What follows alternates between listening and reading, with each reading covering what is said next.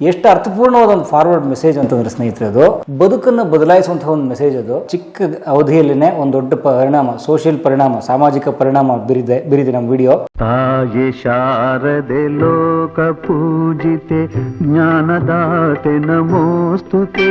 ನಮಸ್ಕಾರ ಸ್ನೇಹಿತರೆ, ನಾನು ಸವಿತಾ, ನಾನು ಪರಂ, ನಾನು ಸರ್ಣಗೌರಿ LKG ಸೆಕ್ಷನ್. ವಾರದ ಕತೆಗೆ ತಮಗೆಲ್ಲರಿಗೂ ಆತ್ಮೀಯವಾದ ಸ್ವಾಗತ. ಹೇ ಶಾರದೆ ದಯ ಪಾಲಿಸು. ಇವರು ಲಾಸ್ಟ್ ಟೈಮ್ ವಾರದ ಕಥೆಯಲ್ಲಿ ಬಂದಾಗ ತುಂಬಾ ಚಿಕ್ಕವರಿದ್ರು. ಬಾಯ್ ಬಾಯ್ ಬಾಯ್ ಮಾಡಿ ಸ್ನೇಹಿತರೆ. ಇದು 86ನೇ ವಾರದ ಕಥೆ. ಬನ್ನಿ, ಕಳೆದ ವಾರ ಕಲಾಮಾಧ್ಯಮದಲ್ಲಿ ಏನೇನಾಯ್ತು ಅಂತ ನೋಡೋಣ. ಸೊ ಹೇಗಿದೆಯಾ ಸವಿತಾ ನೀನು? ತುಂಬಾ ಚೆನ್ನಾಗಿದ್ದೀನಿ. ಚೆನ್ನಾಗಿದೆಯಾ? Very good. ಸೊ ಏನು ಹೊಸ ವಿಷಯಗಳು ಕಲಾಮಾಧ್ಯಮದಲ್ಲಿ? ಕಲಾಮಾಧ್ಯಮದಲ್ಲಿ ಮಾಮೂಲಿ ಯಾವಾಗ್ಲೂ ಹೊಸ ವಿಷಯಗಳು ಇದ್ದೇ ಇರುತ್ತೆ. ಡೈಲಿ 3 ವಿಡಿಯೋ ಬರ್ತಾ ಇರುತ್ತೆ. ಬೇರೆ 3 ಜನ ಬೇರೆ ಬೇರೆಯವರ ಸಂದರ್ಶನ ನಡೀತಾ ಇರುತ್ತೆ. ಹಾಗಾಗಿ ಡೈಲಿ ಹೊಸ ವಿಷಯ ನಡೀತಾನೆ ಇರುತ್ತೆ. ಓಕೆ, ಅದರಲ್ಲಿ ಯಾವ್ದನ್ನ ಹೇಳ್ತೇನೆ ನೀನು ಮೊದಲಿಗ?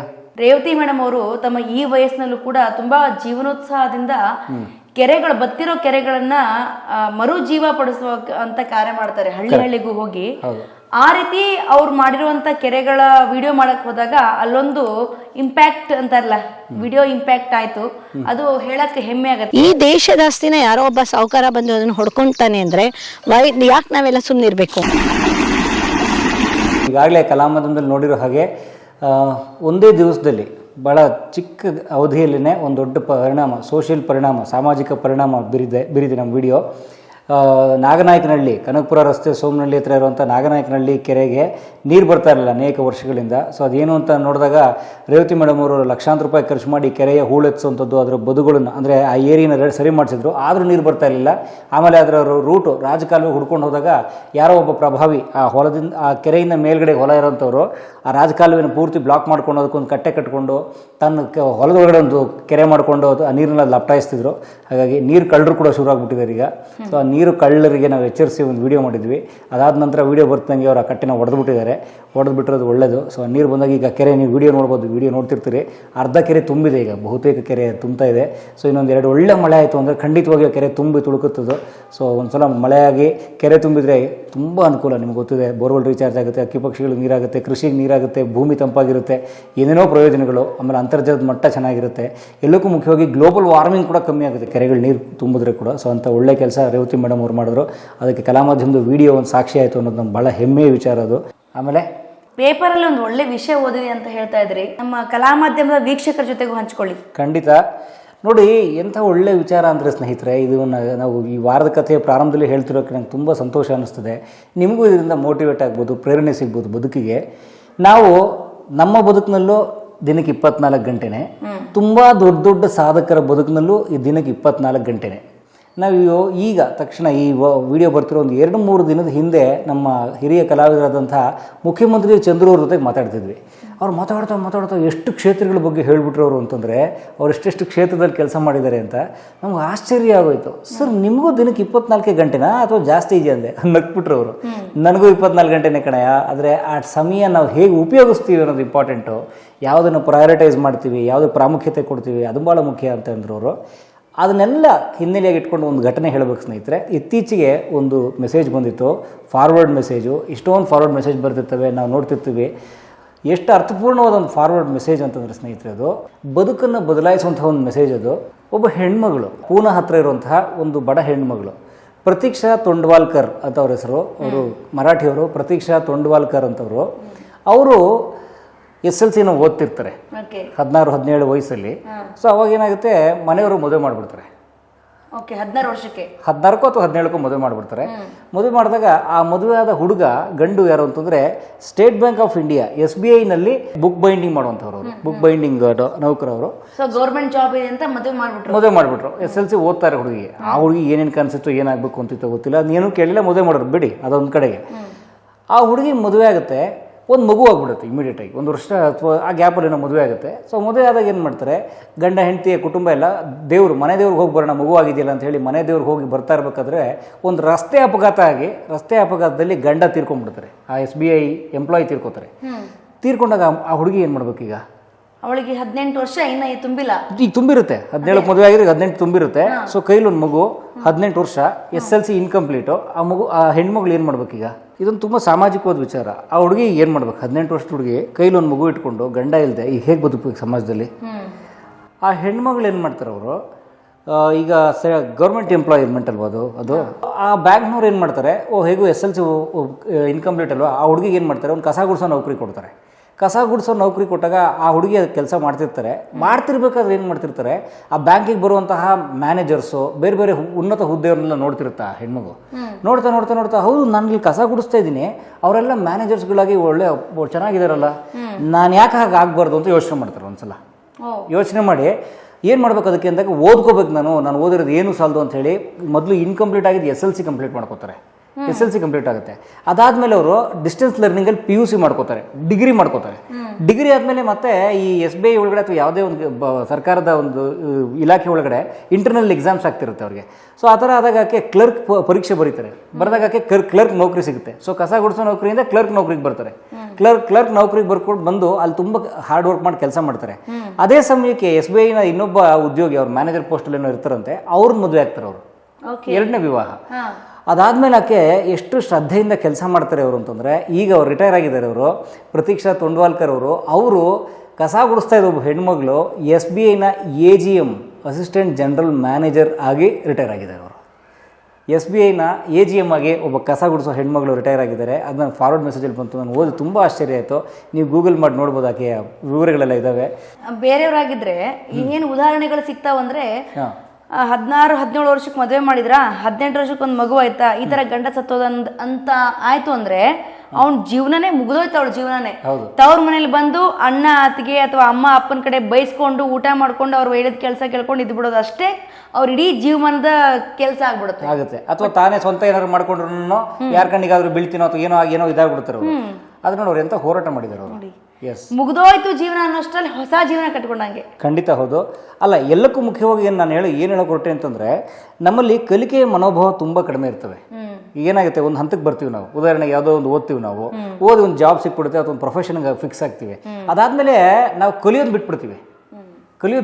ಅದೇನೋ ಒಂದು ಟ್ರ್ಯಾಕ್ ಸಿಕ್ಬಿಡ್ತಲ್ಲ, ಅಲ್ಲಿ ಹೋಗ್ತಿರ್ತೀವಿ. ಆದರೆ ಆಕೆ ಏನು ಮಾಡಿದ್ರೆ ಹೇಳಿ, ಜಾಬ್ ಸಿಕ್ಕ ಮೇಲೂ ಕೂಡ, ಅದು D ಗ್ರೂಪ್ ನೌಕರಿನೇ ಆದರೂ ಕೂಡ ಕಸ ಗುಡಿಸೋದು, ಅಲ್ಲೊಂದು ಸಂಬಳ ಬರ್ತಿರ್ತೀವಿ, SBI ಸೆಂಟ್ರಲ್ ಗೌರ್ಮೆಂಟ್ ಸಂಬಳನೇ ಬರ್ತಿರುತ್ತೆ. ಅಷ್ಟಕ್ಕೆ ಅವ್ರು ತೃಪ್ತಿ ಪಡ್ಬೋದಿತ್ತು. ಅವ್ರೇನು ಮಾಡೋದು, ಇಲ್ಲ ನಾನು ಇರೋ ಹಂತದಿಂದ ಮೇಲಕ್ಕೆ ಹೋಗ್ಬೇಕು ಅಂತ ಯೋಚನೆ ಮಾಡಿದ್ರಲ್ಲ, ಅಲ್ಲಿಂದ ಅವ್ರ ಬೆಳವಣಿಗೆ ಸ್ಟಾರ್ಟ್ ಆಯಿತು. ಅವರು ಎಕ್ಸಾಮ್ಸ್ಗಳನ್ನ ಬರೆದ್ರು. ಸೊ ಅವ್ರು ಈಗ AGM ಆಗಿ ರಿಟೈರ್ ಆಗಿದ್ದಾರೆ. ಅಂದರೆ ಕಲಿಬೇಕು, ಮುಂದಿನ ಹಂತಕ್ಕೆ ಹೋಗಬೇಕು ಅನ್ನೋದು ಇದೆಯಲ್ಲ, ಅದು ಒಬ್ಬ ಮನುಷ್ಯನ ಬೆಳೆಸುತ್ತೆ. ಮತ್ತು ಅವ್ರಿಗೆ ಈಸಿ ಇರಲ್ಲ. ಯೋಚನೆ ಮಾಡಿ ನೀನು, ಹಿಂಗಂತೂ ಚೆನ್ನಾಗಿ ಅರ್ಥ ಆಗುತ್ತೆ. ಈಗ ಜಾಬ್ಗೆ ಹೋಗೋ ಹೆಣ್ಮಗಳು, ಮನೇಲಿ ಒಂದು ಮಗುನೂ ಇದೆ, ಎಷ್ಟು ಟೈಮ್ ಹೋಗುತ್ತೆ ಅದಕ್ಕೆ? ಅದ್ರ ಮಧ್ಯೆ ಓದೋದು ಯಾವಾಗ? ಅದ್ರ ಮಧ್ಯೆ ಪರೀಕ್ಷೆ ಬರೆಯೋದು ಯಾವಾಗ? ಪಾಸ್ ಮಾಡ್ಬೇಕಲ್ಲ ಅದನ್ನ. ಸೊ ಎಲ್ಲ ಸವಾಲುಗಳನ್ನ ಮೆಟ್ಟಿ ನಿಂತು ಗೆದ್ದಂತಹ ನಮ್ಮ ಈ ಮಾತಿಗೆ ನನಗೆ ವೈದೇಹಿ ಅವ್ರ ವಿಡಿಯೋ ನೋಡ್ತಾ ಇದ್ದೆ, ಮೊನ್ನೆ ಸಂದರ್ಶನ ನೋಡ್ತಾ ಇದ್ದೆ, ಅದು ನೆನ್ಪು ಬರ್ತಿದೆ. ಕನ್ನಡದ ಸಾಹಿತಿ ವೈದೇಹಿ ಅವರು. ನಂಗೆ ಎಲ್ಲವೂ ಬರವಣಿಗೆ, ಕತೆ ಬರದ ಕತೆ, ಕವನ ಬರ್ದು ಕತೆ ಕವನ, ನಾಟಕ ನಾಟಕ ಅಷ್ಟೇ. ಯಾವಾಗ ಬರೀತೀರಾ ನೀವು ಅಂತ ಹೇಳಿದಾಗ ಅವ್ರು ಹೇಳ್ತಿದ್ರು, ನಾನು ನನ್ನ ಕೆಲಸ ಏನಿದೆ, ನಾನು ಅಡುಗೆ ಮಾಡೋದಾಗ್ಲಿ, ನನ್ನ ಸಂಸಾರಕ್ಕೆ ಏನೇನು ಕೆಲಸ, ನನಗೆ ಹೆಣ್ಮಗಳಾಗಿ ಏನೇನು ಕೆಲಸ ಇರುತ್ತೆ ಅದನ್ನೆಲ್ಲ ಕೆಲಸ ಮುಗಿಸಿಯೇ ನಾನು ಕೂಡ್ತೀನಿ. ಅದಕ್ಕೋಸ್ಕರ ನಮ್ಮ ಮನೆಯವರು ಏನಾದ್ರು ನಾನು ಅಡುಗೆ ಅವಳು ನೀಡ್ತೀನಿ, ನೀನು ಕೆಲಸ ಮಾಡು ಅಂತಂದ್ರೆ ನಂಗೆ ಬರೆಯೋಕ್ಕಾಗಲ್ಲ. ಅದು ನನ್ನ ಕೆಲಸ, ಅದು ನಂದು ಏನಿದೆ ಕೆಲಸನ ನಾನೇ ಮುಗಿಸಿ ಕೂತಾಗ್ಲೇ ನಂಗೆ ಬರೆಯೋಕ್ಕಾಗೋದು ಅಂತ ಹೇಳ್ತಾರೆ ಅವರು. ಅಂದ್ರೆ ನಮಗೆ ಒಳಗಡೆ ನಮಗೆ ಬರೀಬೇಕು ಅಥವಾ ಏನಾದ್ರು ಮಾಡಬೇಕು ಅನ್ನೋ ತುಡ್ತಾ ಇದ್ರೆ ಟೈಮ್ ಹೆಂಗೋ ಸೆಟ್ಲ್ ಆಗುತ್ತೆ. ನನ್ನ ಮನೆ ಮುಂದೆ ನಾಯಿ ಸತ್ರಳವಳು, ಯಾಕೋ ಅವಳು ಬರಲಿಲ್ಲ ನನಗೆ. ಇದು ಕಲಾವಿದರ ಜೀವನ. ಕಲಾ ಮಾಧ್ಯಮದಲ್ಲಿ ಹಿರಿಯ ರಂಗಭೂಮಿ ಕಲಾವಿದೆ, ವೃತ್ತಿ ರಂಗಭೂಮಿ ಕಲಾವಿದೆ, ಮತ್ತೆ ಈಗ ಸೀರಿಯಲ್ ಧಾರಾವಾಹಿಗಳಲ್ಲೆಲ್ಲ ತುಂಬಾ ಒಳ್ಳೆ ಅಭಿನಯ ಮಾಡ್ತಾರೆ. ಅವರ ಹಿರಿಯ ಕಲಾವಿದರಾದಂಥ ಜಯಲಕ್ಷ್ಮಿ ಪಾಟೀಲ್ ಅವರ ಸಂದರ್ಶನ ಬಂದಿತ್ತು. ಹೌದು, ಬಹಳ ಅಪರೂಪದ ಸಂದರ್ಶನ. ಅದಕ್ಕೆ ಬಂದಂತ ಕಮೆಂಟ್ಗಳು, ಕೃಷ್ಣಮೂರ್ತಿ ಅನ್ನೋರು, ಸರ್ ನಮಸ್ತೆ ಸರ್, ಇವರ ಮಾತನ್ನು ಕೇಳುವುದೇ ಚೆನ್ನ. ಒಂಥರ ಇವರ ಧ್ವನಿ ಕೂಡ ಕಲ್ಪನಾ ಅವರ ತರನೇ ಇದೆ. ಇವರು ಪಟ್ಟ ಕಷ್ಟಗಳನ್ನ ಕೇಳಿದಾಗ ನಿಜಕ್ಕೂ ಇವರು ನಮ್ಮ ರೋಲ್ ಮಾಡೆಲ್. ಅವರ ಮುಖದಲ್ಲಿ ನಗು, ಮಾತಾಡುವ ರೀತಿ ಅದ್ಭುತ. ಹೌದು, ಖಂಡಿತ. ಇನ್ನೊಂದಿದೆ, ಇವರು ತಮ್ಮ ಮಗನಿಗೆ ಗಂಜಿ ಹೇಗೆ ಹುಟ್ಟಿಸ್ಕೋತಾ ಇದ್ರು ಅಂತ ಹೇಳಿದ್ದಾರೆ. ಮಗ ಚಿಕ್ಕವನಿದ್ದಾಗ ಗಂಜಿಗೆ ನಮ್ಮ ಹತ್ರ ಇರ್ತಿರ್ಲಿಲ್ಲ, ಗಂಜಿ ಮಗನಿಗೆ ತಿನ್ನಿಸ್ಬೇಕಾಗಿತ್ತು, ಅವಾಗ ಪಕ್ಕದ ಮನೆಗೆ ಹೋಗಿ ಗಂಜಿ ಕೇಳ್ತಿದ್ದೆ ಅಂತ ಹೇಳಿದ್ದಾರೆ. ಅದಕ್ಕೊಂದು ಕಮೆಂಟು, ಶ್ರೀಕಾಂತ್ ಎಂ ನಾಗೇಂದ್ರ ಶಾಸ್ತ್ರಿ ಅನ್ನೋರು, ಶಾಸ್ತ್ರಿಗಳೇ ನಮಸ್ತೆ. ಗಂಜಿ ಪ್ರಸಂಗವಂತೂ ಕಣ್ಣೀರು ತರಿಸಿತು. ಕಲಾವಿದ ಕಲೆಯಲ್ಲಿ ಶ್ರೀಮಂತ, ಹಣದಲ್ಲಿ ಬಡವ, ಎಂಥ ವಿರೋಧಾಭಾಸ ಇದು. ಈ ತಾಯಿಗೆ ನನ್ನ ನಮಸ್ಕಾರ ಅಂತ ಹೇಳಿ. ನಾವು ಹೆಸರು ತಗೋಬೇಕು ಅಂತ ಬರೋರು ಇರ್ತಾರೆ. ರಂಗಭೂಮಿಲಿ ಹೊಟ್ಟೆಪಾಡಿಗಾಗಿ ಬಹಳ ಜನ ಇರ್ತಾರೆ. ಕಲಾ ಮಾಧ್ಯಮದಲ್ಲಿ ವಿಶೇಷವಾಗಿ ಹೂ ಮಾರ್ತಿರ್ತಾರಲ್ಲ, ಸಿಗ್ನಲ್ ಅಲ್ಲಿ ಅಥವಾ ಟೋಲ್ ಹತ್ರ ಎಲ್ಲ ಹೂ ಮಾರ್ತಿರ್ತಾರಲ್ಲ, ಅವ್ರನ್ನ ಸಂದರ್ಶನ ಮಾಡಿದ್ವಿ. ಅದಕ್ಕೆ ಬಂದಂತ ಕಮೆಂಟು, ವಿಶಾಖ್ ಶಿಗ್ಗಿ ಅಂತೇಳಿ, ನಮಸ್ತೆ ಸರ್. ಹೂ ತೆಗೆದುಕೊಳ್ಳುವಾಗ ನಕ್ರ ಮಾಡ್ತಾರೆ, 5 ಸ್ಟಾರ್ ಹೋಟೆಲ್ನಲ್ಲಿ ತಿಂದು ಟಿಪ್ಸ್ ಕೊಟ್ಟು ಬರ್ತಾರೆ. ಹೂವಿನ ರೇಟೇ ಒಂದು 20 ರೂಪಾಯಿ ಇರುತ್ತೆ ಒಂದು ಮೊಳಕ್ಕೆ, ಅಲ್ಲಿ ಇದು ಮಾಡ್ತೀವಿ. ಬಟ್ 5 ಸ್ಟಾರ್ ಹೋಟೆಲ್ ಟಿಪ್ಸು 200 ರೂಪಾಯಿ ಇರುತ್ತೆ ಮಿನಿಮಮ್ ಅಲ್ವಾ? ಇಲ್ಲ ಮಾಲ್ಗೆ ಹೋದರೆ ಅವ್ರು ಹೇಳಿದ ಬೆಲೆ ಕೊಟ್ಟು ತಗೋತೀವಿ, ಏನು ಬೇಕಾದರೂ. ಪಾರ್ಕಿಂಗ್ ಚಾರ್ಜ್ಗೆ ಗಂಟೆಗೆ 50 ರೂಪಾಯಿ ಕೊಡ್ತೀವಿ ನಾವು. ಒಂದು ಹೂವು ಮನಸ್ಸನ್ನು ಅರಳಿಸುವಂಥ ಹೂವು ತೊಗೊಳಕ್ಕೆ 25 ಯೋಚನೆ ಮಾಡ್ತೀವಿ ನಾವು. ಸಮಾಜ ಏನು ಮಾಡೋಕ್ಕಾಗಲ್ಲ. ಫುಡೀಸ್ ಬಡ್ಡಿ ಅಂತ ಹೇಳಿ ಅವರು ಕಮೆಂಟ್ ಹಾಕಿದ್ದಾರೆ. ಟೋಲ್ನಲ್ಲಿ ಹೆಚ್ಚಾಗಿ ಹೂ ತಗೋತಿರ್ಲಿಲ್ಲ, ಇನ್ನು ಮುಂದೆ ತಗೋತೀವಿ sir. Thank you so much. Sir ಮಲ್ಲಿಗೆ ಕೊಡ್ಲಮ್ಮ? 30 ರೂಪಾಯಿ ಬರಲ್ಲ ಸರ್, 500 ರೂಪಾಯಿ ಕೆಜಿ ಮಗ್ಗು. 30 ರೂಪಾಯಿ ತಗೊಳ್ಳೋಣ, ದಯವಿಟ್ಟು ತಗೊಳ್ಳೋಣ. ಮಲ್ಲಿಗೆ ಹೂವು 2 ಮಾಳ ಅಲ್ಲ ಸರ್ ಕೊಟ್ಟಿದ್ದು? 2 ಮಾಳ ಕೊಟ್ಟಿದ್ದು. ಹೂನವ್ರಿಗೆ ಸಂಬಂಧಪಟ್ಟಾಗಿ ಇನ್ನೊಂದು ಕಮೆಂಟು, ಅನಿಲ್ ದೇಸಾಯಿ ಅನ್ನೋರು, ಪೊಲೀಸ್ ಇಲಾಖೆಯವರಿಗೆ ಹೊಗಳುವವರು ಯಾರು ಇಲ್ವಲ್ಲ, ಪೊಲೀಸ್ ಇಲಾಖೆಯವರಿಗೆ ಹೊಗಳುವವರು ಯಾರು ಇಲ್ವಲ್ಲ, ಕಾರಣ ಪೊಲೀಸ್ ಇಲಾಖೆ ಹುಡುಕ್ಬೇಕು. ಯಾಕೆ ಅಂತ ಕಾರಣನ ಪೊಲೀಸ್ ಇಲಾಖೆನೇ ಹುಡುಕ್ಬೇಕು ಅಂತ ಹೇಳಿದ್ದಾರೆ. ಪೊಲೀಸ್ ಇಲಾಖೆ ನೌಕರರು ದುರಹಂಕಾರ ಬಿಟ್ಟು ಜನಸ್ನೇಹಿ ಆಗಬೇಕು. ನೋಡಿ, ಜನನೇ ಹೇಳ್ತಾ ಇದ್ದಾರೆ, ನಾವು ಹೇಳೋದು ಏನು ಇಲ್ಲ ಅದರಲ್ಲಿ ಹೆಚ್ಚುಗಾರಿಕೆ. ನೀವು ಗಮನಿಸಬೇಕಾದ್ರೆ ನೀವು ಸುಮ್ಮನೆ ಫೋನ್ ಮಾಡಿ ನೋಡಿ, ಅಲ್ಲ ಈ ಸೌಂಡ್ ಹೇಳಿ ಅಲ್ಲ, ಏನೇನೋ ಮಾಡಿದ್ದಾರೆ ಕಾನೂನುಗಳು, ಜನಸ್ನೇಹಿ ಪೊಲೀಸ್ ಆಗಬೇಕು, ಹಾಗಾಗಬೇಕು, ಹೀಗಾಗಬೇಕು ಅಂತ. ಅವ್ಯಾವು ಆಗ್ತಾ ಇಲ್ಲ ಅನ್ನೋದಂತೂ ಸತ್ಯ ಅಷ್ಟೇ, ಬೇರೇನಿಲ್ಲ. ಅವೆಲ್ಲ ಆಗಬೇಕು, ಜನಸ್ನೇಹಿ. ಅವು ಬೇರೆ ಥರ ಆಗ್ತಾಯಿದ್ದಾವೆ. ಸೊ ತಿದ್ದುಕೊಳ್ಳಿ, ಸರಿ ಹೋಗಲಿ. ಅವ್ರಿಗೂ ಒತ್ತಡ ಇರ್ತವೆ, ಯಾಕಂದರೆ ಸಮಾಜನ ಕಾಪಾಡೋಂಥ ಒತ್ತಡ ಇಲ್ಲ ಅಂತಲ್ಲ. ಹಂಗನ್ಬಿಟ್ಟು ಒತ್ತಡ ಇದೆ ಅಂತ ಅಂದ್ಬಿಟ್ಟು ಇವ್ರು ಜನ ಇಲ್ಲಿ ಹಾಕಿದಾರಲ್ಲ ದುರಂಕಾರಿಗಳು ಅಂತ, ಹಂಗಾಗಬಾರ್ದಲ್ವಾ? ಒತ್ತಡ ಇದೆ ಅನ್ನೋ ಕಾರಣಕ್ಕೆ ದುರಂಕಾರ ಪಡೋದಲ್ಲ. ತಿದ್ದಿ ಹೇಳೋ ಅಧಿಕಾರ ಈ ತಾಯಿಗೆ ಬಿಟ್ರೆ ಆ ದೇವರು ಇನ್ನೊಬ್ಬರ ಕೊಟ್ಟ. ಅದು ಯಾರು ಗೊತ್ತಾ? That is police. ಅಗ್ನಿ IPS ಫಿಲ್ಮು ನಾನು ಚಿಕ್ಕವಳಿದ್ದಾಗ ನಮ್ಮಣ್ಣ ರೇಡಿಯೋ ಇದರಲ್ಲಿ ಕ್ಯಾಸೆಟಲ್ಲಿ ಹಾಕ್ತಾ ಇದ್ದ. ತುಂಬ ಕೇಳಿ ರೂಢಿ. ನಮ್ಮಣ್ಣ ಸಾಯಿ ಕುಮಾರ್ ಅವ್ರ ಫ್ಯಾನ್ ಆಗಿದ್ದ. ಅವಾಗ ಒಳ್ಳೊಳ್ಳೆ ಡೈಲಾಗ್ಸ್ ಇರೋದು ಅಗ್ನಿ IPS ಸಿನಿಮಾದಲ್ಲಿ. ನೋಡಕ್ಕೂ ಅವ್ರ ಅಣ್ಣ ಸಾಯಿ ಕುಮಾರ್ ಥರನೇ ಇದ್ದಾರೆ. ಹಂಗೇನಿಲ್ಲ, ಅವರು ತುಂಬ ಸಾಫ್ಟ್ ನಮ್ಮಣ್ಣ. ಅಂದರೆ ದೇಶಭಕ್ತಿ ಬಗ್ಗೆ ಇತ್ತಲ್ಲ ಅದು, ಹಾಗಾಗಿ ಅವ್ರಿಗೆ ಇಷ್ಟ ಆಗ್ತಿತ್ತು. ಆ ಡೈರೆಕ್ಟ್ರು ಅಂದರೆ ಆ ಅಗ್ನಿ IPS ಸಿನಿಮಾನ ನಿರ್ದೇಶಕರಿದಾರಲ್ಲ, ಅವರು ಸಂದರ್ಶನವನ್ನ ಪರಮ್ ಅವ್ರು ಮಾಡಿದ್ರು ಇತ್ತೀಚೆಗೆ. ಆನಂದ್ ಪಿ ರಾಜ್ ಅವರು. ಪಾಪ ಅವರು ಈ ಕಾಲದಲ್ಲಿ ಸ್ವಲ್ಪ ಆರೋಗ್ಯ ಕೆಟ್ಟಿದೆ ಅನ್ಸುತ್ತಲ್ಲ ಅವ್ರಿಗೆ. ಅವ್ರ ವಿಡಿಯೋ ಬಂದಂತ ಕಮೆಂಟು, ಮನೋಹರ್ ಬಡಿಗೇರ್ ಅನ್ನೋರು, ಮನೋಹರ್ ಅವರೇ ನಮಸ್ತೆ. ಸ್ಟ್ರೋಕ್ ಹೊಡೆದು ಮೆಮರಿ ಪವರ್ ವೀಕ್ ಆಗಿದೆ ಅನ್ಸುತ್ತೆ ಅವ್ರಿಗೆ. ಚಿತ್ರರಂಗದಿಂದ ನೇಮು ಫೇಮು ಗಳಿಸಿದ್ದಾರೆ, ಆದ್ರೆ ಆ ನಿರ್ಮಾಪಕ ಇವರನ್ನ ಸಹಾಯ ಮಾಡಬೇಕಿತ್ತು. ನಿರ್ಮಾಪಕರು ಉದಾಹರಣೆಗೆ ಅವ್ರ ಸಿನಿಮಾಗಳನ್ನ ಮಾಡಿಸ್ಕೊಂಡಂತವ್ರು. ಇದು ಆನಂದ್ ಪಿ ರಾಜು ಸರ್ ಅವರ ಮನೆ. ಅಗ್ನಿ IPS ಖ್ಯಾತಿಯ ನಿರ್ದೇಶಕರವರು. ನಡೆಯೋಕ್ಕೂ ಆಗ್ತಿರ್ಲಿಲ್ಲ. ನಾನಿದ್ದ ಆ ಸ್ಥಿತಿಯಲ್ಲಿ ಬಹಳ ಮಾತಾಡಕ್ ಹೋಗ್ತಿರ್ಲಿಲ್ಲ, ನಡೆಯಕ್ಕೆ ಹೋಗ್ತಿರ್ಲಿಲ್ಲ. ಆದ್ರೆ ನಿರ್ಮಾಪಕರು ಸಹಾಯ ಮಾಡ್ತಾರೋ ಇಲ್ವೋ ಗೊತ್ತಿಲ್ಲ. ಆದ್ರೆ ಒಂದು ಏನಂತ ಹೇಳಕ್ ಇಷ್ಟಪಡ್ತೀನಿ ಅಂತಂದ್ರೆ, ಅವರ ಸಂದರ್ಶನದಲ್ಲಿ ತಾವು ಗಮನಿಸಿ ದಯವಿಟ್ಟು, ಒಂದು ಒಳ್ಳೆ ಜೀವನ ಪಾಠ ಇದೆ ನಾವೆಲ್ಲರೂ ಕಲಿಯುವಂಥದ್ದು.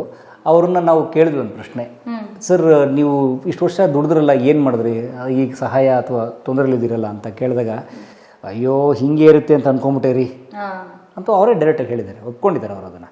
ಹಂಗಾಗಿ ಆಮೇಲೆ ಅಲ್ವಾ, ಬಟ್ ಪ್ಲ್ಯಾನಿಂಗ್ ಏನು ಮಾಡಲಿಲ್ಲ. ಇಲ್ಲ ರೀ, ಬರೋರು 3 ಸಿನಿಮಾ ಇರೋ ಕೈಲಿ ಈ ಕಡೆನೂ ಅಡ್ವಾನ್ಸ್ ಬರೋದು, ಈ ಕಡೆನೂ ಅಡ್ವಾನ್ಸ್ ಬರೋದು ಅಂತೆಲ್ಲ ಹೇಳಿದ್ದಾರೆ ಅವರು. ಕೂತು ನಾವು ಮಾತಾಡುವಾಗ ಆಫ್ ದ ರೆಕಾರ್ಡು ಮಾತಾಡಿದ್ದಾರೆ, ಕ್ಯಾಮ್ರಾಗೂ ಒಂದಷ್ಟು ಮಾತಾಡಿದ್ದಾರೆ ಅವರು. ಅಂದರೆ ನಾವು ಅದೇ ಹೇಳೋದು, ಕೈ ನಡೀತಿರುತ್ತಲ್ಲ ನಮ್ಮ ಕಡೆ, ಕೈ ನಡೆಯೋದು ಅಂತಾರಲ್ಲ, ಆದಾಯ ಇದ್ದಾಗ, ಆರ್ಥಿಕತೆ ಸುಮಾರಾಗಿದ್ದಾಗ 1 ರೂಪಾಯಿ ಎತ್ತಿಟ್ಕೊಂಡ್ಬಿಡ್ಬೇಕಂತೆ. ಒಂದು 2 ರೂಪಾಯಿ ಬಂದರೆ ಅಥವಾ ಒಂದು 10 ರೂಪಾಯಿ ಬಂದರೆ 1 ರೂಪಾಯಿ ಆದರೆ ಎತ್ತಿಟ್ಕೊಂಡ್ಬಿಡ್ಬೇಕಂತೆ ಇದು ಅಂತ ಹೇಳಿ. ಸೊ ಅದೇನು ಯಾವ ದೊಡ್ಡ MBA ಏನು ಓದಬೇಕಾಗಿಲ್ಲ ಅದಕ್ಕೆ. ಅದಕ್ಕೊಂದು ಬದುಕಿನ ಭಾಳ ಸಿಂಪಲ್ ಕಾಮನ್ ಸೆನ್ಸ್ ಅದು. ಸೊ ಹಾಗಾಗಿ ಅದನ್ನು ಬಿಟ್ಟು ಈಗ ನಮ್ಮ ಆನಂದ್ ಪಿ ರಾಜು ಅವ್ರನ್ನ ನಾನು ಉದಾಹರಣೆ ತೊಗೋತಾ ಇದ್ದೀನಿ, ಹರ್ಟ್ ಮಾಡ್ತಾ ಇಲ್ಲ ಅವ್ರಿಗೆ. ಆನಂದ್ ಪಿ ರಾಜು ಥರ ನಾವೇನಾದರೂ ಹೀಗೆ ಇರುತ್ತೆ ಕಾಲ, ನನಗೆ ಇದೇ ಯೌವನ ಇರುತ್ತೆ, ಇದೇ ಉತ್ಸಾಹ ಇರುತ್ತೆ, ಅಥವಾ ಹೀಗೆ ಇರುತ್ತೆ ನನ್ನ ಏನೋ ವ್ಯವಹಾರ ಅಥವಾ ಏನೋ ಜಾಬ್ ಇತ್ಯಾದಿ ಅಂತ ಅಂದ್ಕೊಂಬಿಟ್ರೆ ಅದು ತಪ್ಪದು. ಯಾಕಂದರೆ ಬದುಕೊಂದು ಚಕ್ರ, ಮೇಲೆ ಬರುತ್ತೆ, ಕೆಳಗೆ ಹೋಗ್ಬಿಡುತ್ತೆ, ಈಗೆಲ್ಲ ಇರುತ್ತದು. ಸೊ ಹಾಗಾಗಿ ನಾವು ಕಷ್ಟ ಕಾಲಕ್ಕೆ ನಾವು ಉಳಿತಾಯ ಮಾಡ್ಕೊಳ್ಳೋದು ಬಹಳ ಮುಖ್ಯ. ಸರಿಯಾದ ಜಾಗದಲ್ಲಿ ಉಳಿತಾಯ ಮಾಡಿಟ್ಕೊಳ್ಳೋವಂಥದ್ದು. ಈ ಕೆಲವು ಪಾನ್ಜಿ ಸ್ಕೀಮ್ಸ್ ಅಂತ ಕರೀತಾರೆ. ಪಾನ್ಜಿ ಸ್ಕೀಮ್ಸ್ ಅಂದರೆ ಈ ಬ್ಲೇಡ್ ಕಂಪ್ನಿಗಳು ಅಂತ.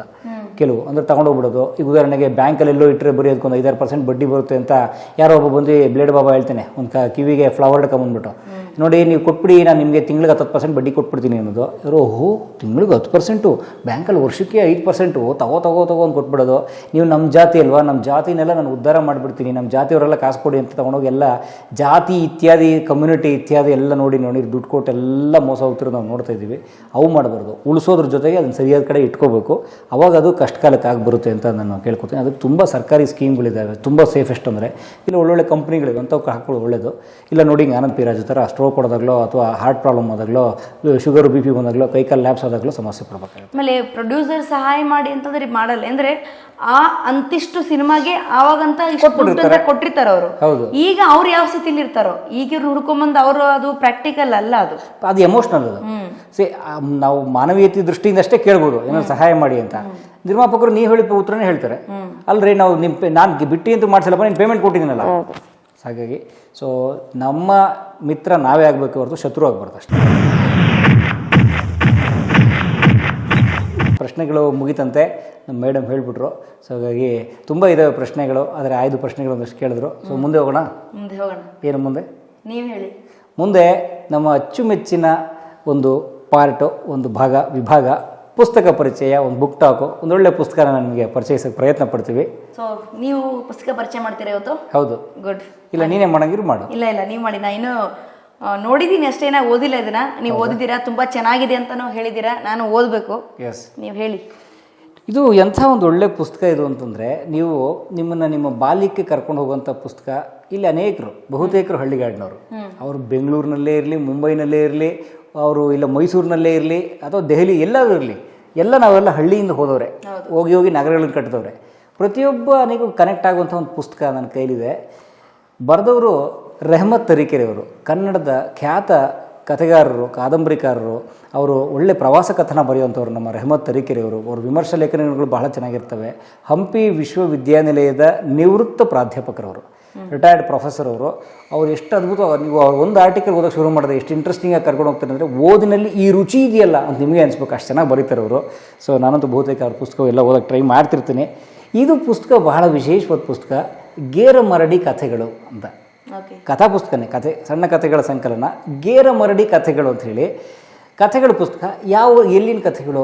ಗೇರಮರಡಿ ಅಂತನ್ನುವ ಗ್ರಾಮದ ಕಥೆಗಳು. ಎಲ್ಲಿದೆ ಗೇರಮರಡಿ ಅಂದರೆ, ನಮ್ಮ ರೆಹಮತ್ ತರೀಕೆರೆಯವರ ಹೆಸರಲ್ಲಿ ತರೀಕೆರೆ ಇದೆಯಲ್ಲ, ತರೀಕೆರೆ ಚಿಕ್ಕಮಗಳೂರು ಜಿಲ್ಲೆ ತರೀಕೆರೆ, ಅದು ಮಲ್ನಾಡಿನ ಹೆಬ್ಬಾಗ್ಲು ಅಂತ ಕರೀತಾರೆ ತರೀಕೆರೆ. ಅಲ್ಲಿಂದ ಶುರು ಆಗುತ್ತೆ ತರೀಕೆರೆ, ಭದ್ರಾ, ಲಕ್ಕವಳ್ಳಿ ಇದೆಲ್ಲ ಇದೆಯಲ್ಲ, ಅವರಲ್ಲಿದ್ದವರು ತರೀಕೆರೆಯಲ್ಲಿ.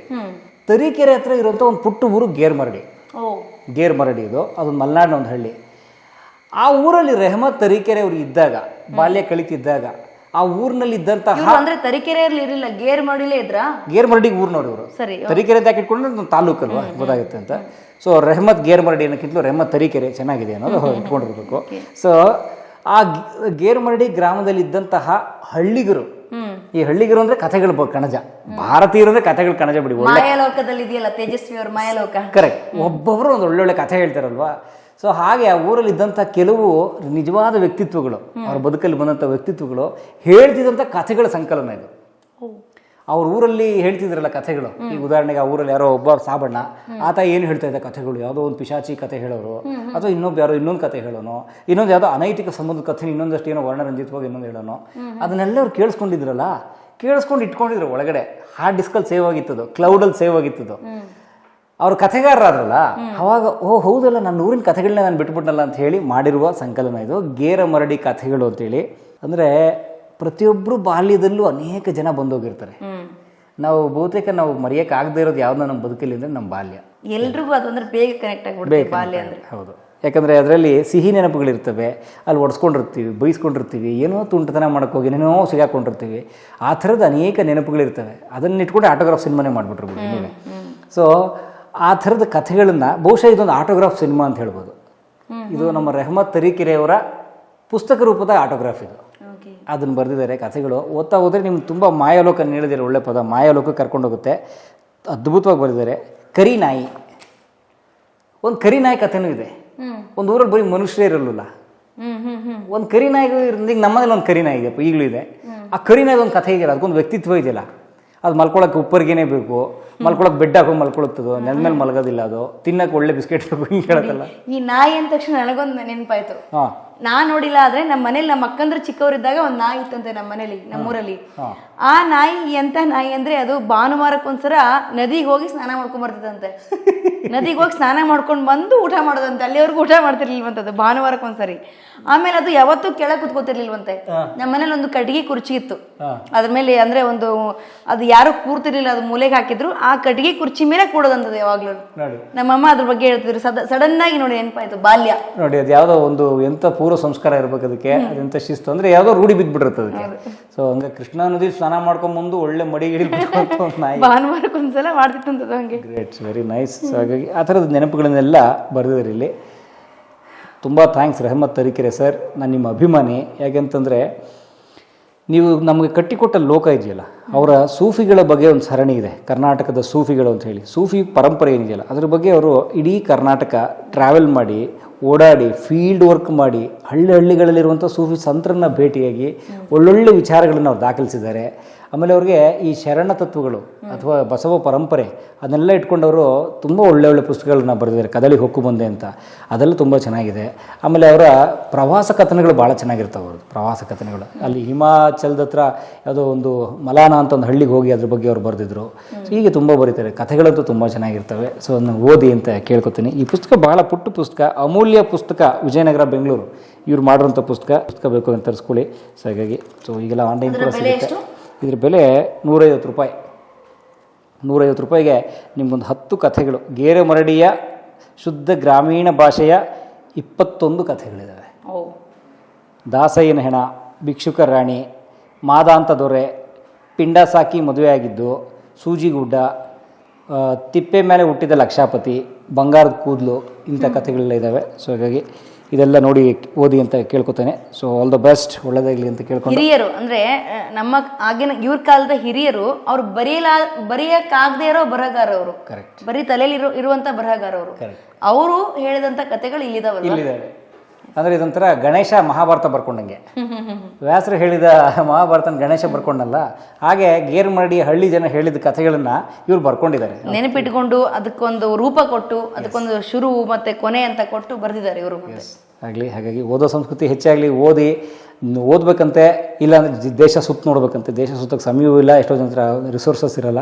ಓದೋಕ್ಕೇನಿಲ್ಲ, ನಿಮ್ಗೆ 2 ಕೈ ಒಂದು ಮೂಲೆ ಸಾಕು. ಪುಸ್ತಕಕ್ಕೆ 150 ರೂಪಾಯಿ ಅಷ್ಟೇ. ಹೌದು. ನೀವು ಅದೇ ಏನಾದರೂ ಗೇರ್ಮರಡಿಗೆ ಹೋಗ್ತೀನಿ ಅಂತಾರೆ ಕಮ್ಮಿ ಒಂದು 10,000 ಕಾಸಬೇಕು. ಹಾಗಾಗಿ ಒಳ್ಳೆಯದಾಗಲಿ. So thank you so much ಅಂತ ಕೇಳ್ಕೊತಾ ಮುಂದೆ ಆಯ್ತಲ್ಲ ಮುಗಿಸೋಣ. ಅದಕ್ಕೆ ಮೊದಲು ನಮ್ಮ ಗೌರಿ ಶಕ್ಕಿ ಸರ್ ಅವ್ರಿಗೆ ಧನ್ಯವಾದಗಳು. ಯಾಕೆ ಧನ್ಯವಾದ ಅವ್ರಿಗೆ? ನಮ್ಮಿಬ್ಬರ ಕಥೆಯನ್ನ ಕೂತ್ಕೊಂಡು ಕೇಳಿದ್ದಾರೆ ಎಷ್ಟೊತ್ತನ. ಹಾಗಾಗಿ ಲಾಕ್ಡೌನ್ ಟೈಮಲ್ಲಿ ನಾನು ಡೆಲಿವರಿ ಆಗಿತ್ತು ಮಗು. ನಮಗೆ ಸಾಹಿತ್ಯ ಆಸಕ್ತಿ ಇರೋದ್ರಿಂದ ಓದಿ ಬುಕ್ಸ್ ಎಲ್ಲ ಮಾಡಿ ರೆಫರ್ ಮಾಡಿ ಮಾಡ್ತಿದ್ವಿ. Thank you so much. Gauri Shakki ಸ್ಟುಡಿಯೋದಲ್ಲಿ ನಮ್ಮಿಬ್ಬರ ಸಂದರ್ಶನ ಬಂದಿದೆ. ನಮ್ಮಿಬ್ಬರದು ಅನ್ನೋಕ್ಕಿಂತಲೂ ಕಲಾ ಮಾಧ್ಯಮದ ಒಟ್ಟಾರೆ ಸ್ಟ್ರಕ್ಚರ್ ಏನು ಹೇಗೆ ಶುರು ಆಯಿತು ಅನ್ನೋದೆಲ್ಲ ಅನೇಕರು ನೋಡಿದ್ದೀರಿ, ಲಕ್ಷಾಂತರ ಜನ ನೋಡಿದ್ದೀರಿ. ಭಾಳ ಧನ್ಯವಾದ. ಒಳ್ಳೆ ಕಮೆಂಟ್ ಇದೆ. ಕೆಲವರು ಬೈದು ಇದ್ದೀರಿ ಜಾಸ್ತಿ ಕುಯ್ಬೇಡ ಅಂತ, ಅದನ್ನು ಸ್ವೀಕರಿಸಿದ್ದೀವಿ. Thank you so much Gauri ಶಕ್ಕಿಯವ್ರಿಗೂ, ನೋಡಿದವ್ರಿಗೆಲ್ರಿಗೂ. ಮತ್ತಷ್ಟು ಹೊಸ ವಿಚಾರಗಳು, ಬದುಕಿಗೆ ಉಪಯೋಗ ಆಗುವಂಥ ವಿಚಾರಗಳು, ಸಕಾರಾತ್ಮಕವಾದ ವಿಚಾರಗಳ ಜೊತೆಗೆ ಮುಂದಿನ ವಾರ ಬರ್ತೀವಿ ನಾನು ಮತ್ತು ಸವಿತಾ. ಅಲ್ಲಿವರೆಗೂ ನಮಸ್ಕಾರ.